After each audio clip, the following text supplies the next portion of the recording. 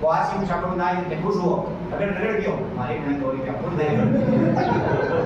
केવો बन गयो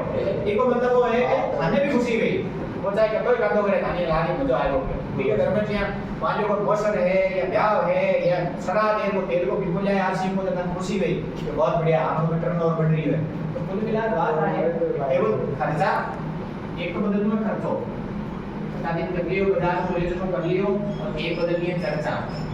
खर्चा बदलो तो ये सारा फायदा होगी चर्चा बदलो तो पीछे आ जाएगा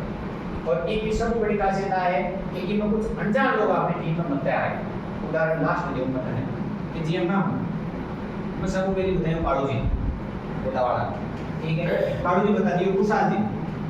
ठीक है अब कुशाल जी बता दिए रवि ने अब मान लो रवि ने जानू बनी लेकिन रवि एट जी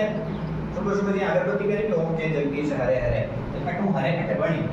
क्यों क्योंकि आई लाइन वो सिस्टम है अब मान लो रवि बता दिए आप शाला ने मैं बताऊं याद नहीं जानू अब वो शाला होता है जयपुर वो जयपुर वाला आपका दोस्त ने बता दिया पूनम वो पूनम चाय दिए वो बट चाय के लगा नहीं दे सकते 1 की 2 रुपया 2 रुपया से